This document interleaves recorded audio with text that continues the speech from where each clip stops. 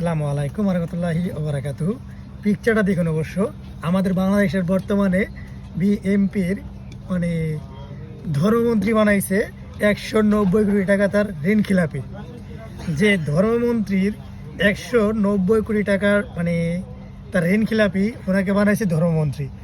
আর আমাদের বাংলাদেশের সরকারের আসলে মাথায় নষ্ট হয়ে গেছে, টাকা কীভাবে মানে কিভাবে তারা দুর্নীতি করবে ওইটা আবার প্ল্যানিং করতে করতে তাদের মাথায় নষ্ট হয়ে গেছে বর্তমানে বাংলাদেশের সরকারের। ঠিক আছে, যেখানে যাবেন ওইখানে দুর্নীতি, চাঁদাবাজ, লুটপাট, যাদের সব কিছুই আমাদের বাংলাদেশ সরকারের বর্তমানে একটা রীতি হয়ে আসছে। ঠিক আছে, তাদেরকে আর কিছু বলার নাই। বাংলাদেশ সরকারের তাদেরকে বর্তমানে সরকার যদি তাদেরকে সপর্দ না দিয়ে তাদেরকে পাবনা পাঠানো দরকার।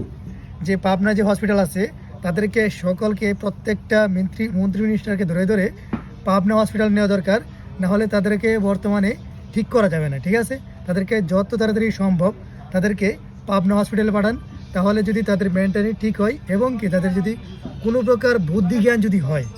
ঠিক আছে, আর ধর্মমন্ত্রী বানাইছে তার তার চেহারা দেখতে লাগে কি জানেন, একটা চোর চোর যেরকম বলে না যে 190 কোটি টাকা যেরকম ঋণ খেলাবি, সে একটা চোরের অবস্থা দাঁড়ায় আসছে। তার চেহারার ভিতরে একটা চুর চুর অবস্থা দেখা যাচ্ছে। ঠিক আছে, সে একটা ঋণ খেলাপি লোক, তাকে বানাইছে ধর্মমন্ত্রী। ঠিক আছে।